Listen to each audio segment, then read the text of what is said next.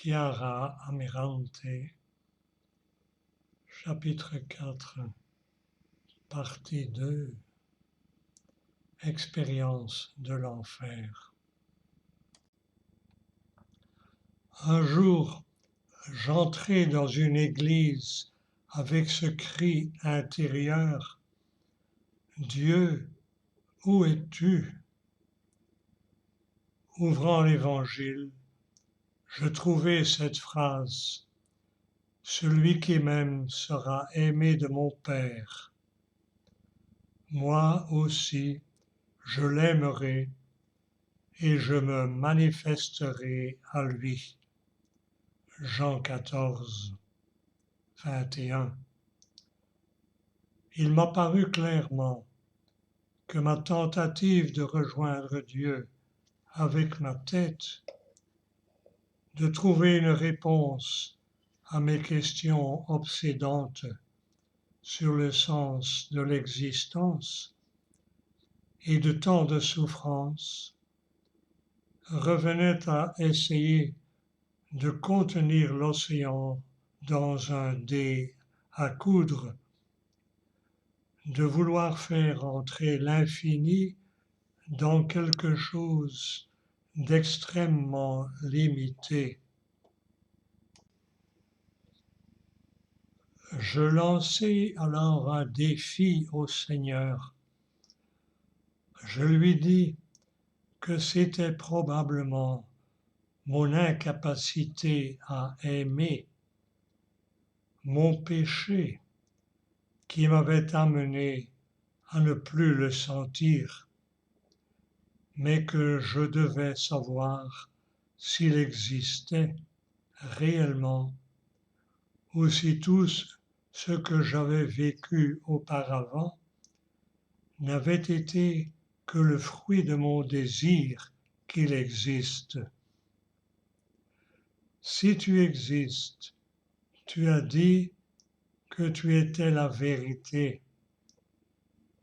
Ta promesse de te manifester à celui qui t'aime doit donc aussi être vraie. Pendant tout ce temps, j'ai cherché à te comprendre avec ma tête.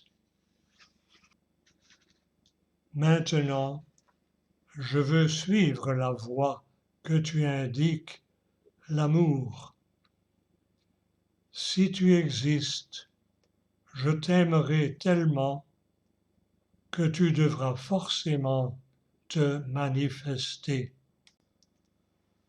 Ensuite, paradoxalement, au lieu de laisser tomber, j'ai intensifié ma prière et mon effort, forte de la certitude de fond que ce que j'avais vécu dans le passé ne pouvait pas être une illusion.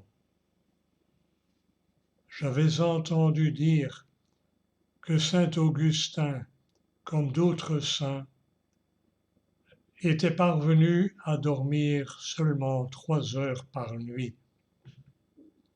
Alors, je me suis à nouveau promis d'exploiter mon temps au maximum, en cherchant à habituer mon corps à ne dormir que 3 heures.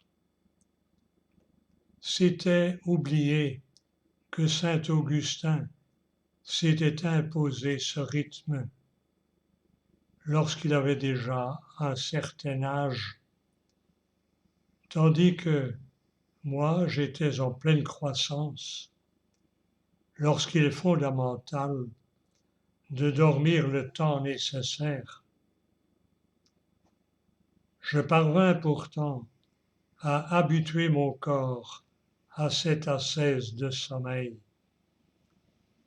Mais je fis un peu comme dans l'histoire de l'âne, qui mourut juste au moment où il finissait par s'habituer à ne pas manger. Un jour, je me suis effondré. Je commençais à ressentir toute une série de symptômes physiques, maux de tête, maux d'estomac, nausées, douleurs diffuses. Je me disais que mon corps avait besoin de s'habituer. En réalité, ces symptômes auraient dû m'alerter sur mon incapacité physique à soutenir ce rythme. Mon état ne faisait qu'empirer. Mais par ailleurs, j'avais appris que la souffrance offerte par amour est puissante pour le salut des âmes. Cela me poussait à voir ma souffrance physique non pas comme quelque chose qu'il fallait fuir, mais comme une occasion d'offrir quelque chose au Seigneur. Il me revient en mémoire une anecdote que ma mère m'a racontée. J'avais 7 ans et nous étions à Ancône. Il y avait une focolarina qui allait très mal, à qui l'on ne pouvait pas rendre visite. Mais j'avais tellement insisté que l'on m'avait donné la permission d'entrer dans sa chambre. Je lui avais demandé: Tu vas vraiment très mal? Eh bien oui, assez mal. Alors j'avais répliqué: C'est beau, comme ça tu as quelque chose à offrir à Jésus. Cette expression d'une enfant si simple était devenue une plaisanterie dans la communauté. Mais ensuite à Rome, je me la suis réappropriée et je me disais: je vais vraiment trop mal. Je n'arrive plus à supporter toutes ces douleurs. C'est beau. Comme ça, j'ai quelque chose à offrir à Jésus pour le salut des âmes.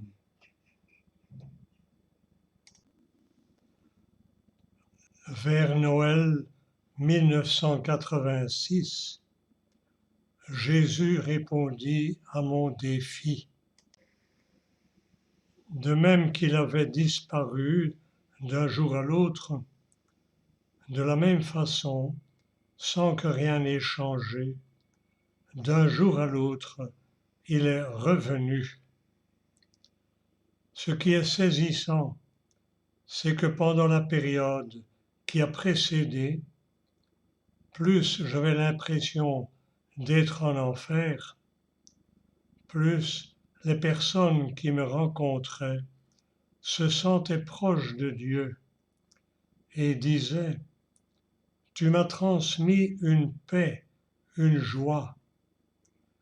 La fécondité de ma souffrance offerte, de ce temps de purification mystérieuse, était réellement tangible. Un matin, je priais comme d'habitude au réveil, quand soudain, je sentis à nouveau la communion avec Dieu, d'une manière tangible, comme jamais auparavant. Les autres matins, quand je priais, c'était un cri sourd, une voix perdue dans le silence. Ce matin-là, j'ai senti le Seigneur présent et j'ai vécu à ma façon l'expérience que Job décrit à la fin de son livre. C'est par ouï dire que je te connaissais, mais maintenant mes yeux t'ont vu. J'ai senti une communion très profonde avec le Seigneur. Et il m'est venu spontanément à l'esprit de lui dire, maintenant je comprends pourquoi on parle de plaisanterie de prêtre. Par amour pour toi, j'ai quitté ce que j'avais de plus précieux. Et toi, d'un seul coup, tu disparais et sans crier gare, tu me laisses en enfer. Il me sembla alors entendre sa réponse, j'ai toujours été avec toi pendant toute cette période, même si tu ne me sentais pas. Mais il était fondamental que tu expérimentes cette souffrance de l'âme, parce que tu devais savoir qu'il n'y a pas de plus grande souffrance sur terre que de ne pas percevoir cette communion avec moi. Je désire que tu vives pour les plus pauvres parmi les pauvres, qui ne sont pas tant ceux qui n'ont rien matériellement, ceux qui souffrent dans leur corps, mais plutôt ceux qui traversent la mort de l'âme à cause de leurs péchés, ceux qui se sont éloignés de moi et qui, ayant fermé leur cœur à mon amour, vivent déjà l'enfer sur cette terre. Il fallait que tu saches ce que signifie vivre cet enfer, parce que je désire t'envoyer vers mes enfants qui n'ont pas connu mon amour. Et tu ne pourras devenir un témoin crédible de mon amour pour eux qu'en vivant personnellement l'expérience qu'ils font de l'enfer.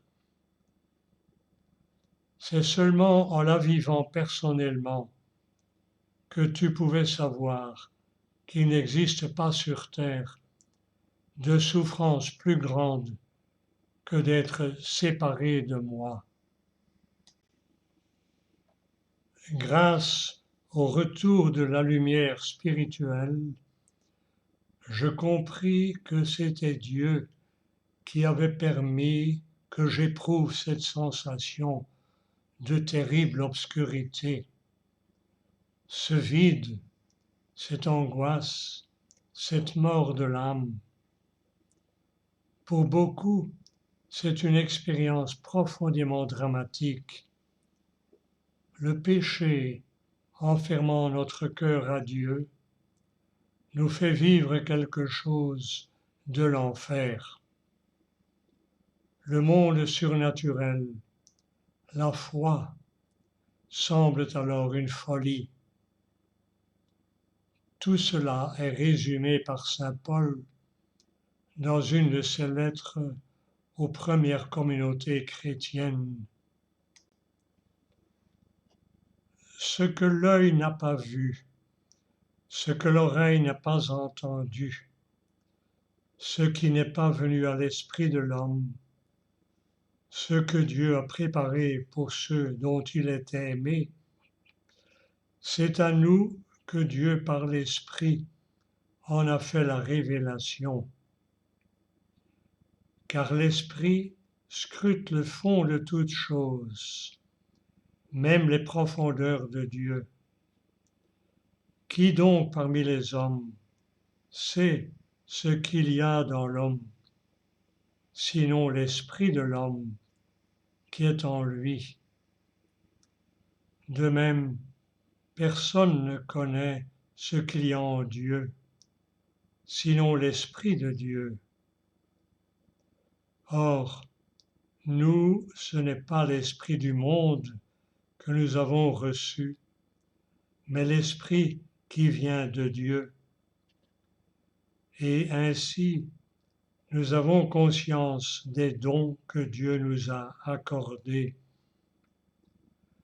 Nous disons cela avec un langage que nous n'apprenons pas de la sagesse humaine, mais que nous apprenons de l'esprit.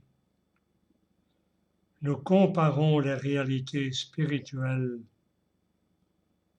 L'homme, par ses seules capacités, n'accueille pas ce qui vient de l'Esprit de Dieu. Pour lui, ce n'est que folie et il ne peut pas comprendre car c'est par l'Esprit qu'on examine toutes choses. Celui qui est animé par l'Esprit soumet tout à l'examen. Mais lui, personne ne peut l'y soumettre. 1 Corinthiens 2, 9 à 15. En lisant ce passage, je compris que lorsque la lumière de l'Esprit Saint n'est pas présente, tout ce qui se rapporte à Dieu est folie. L'esprit, privé de l'assistance de l'Esprit, n'est pas en mesure de le comprendre.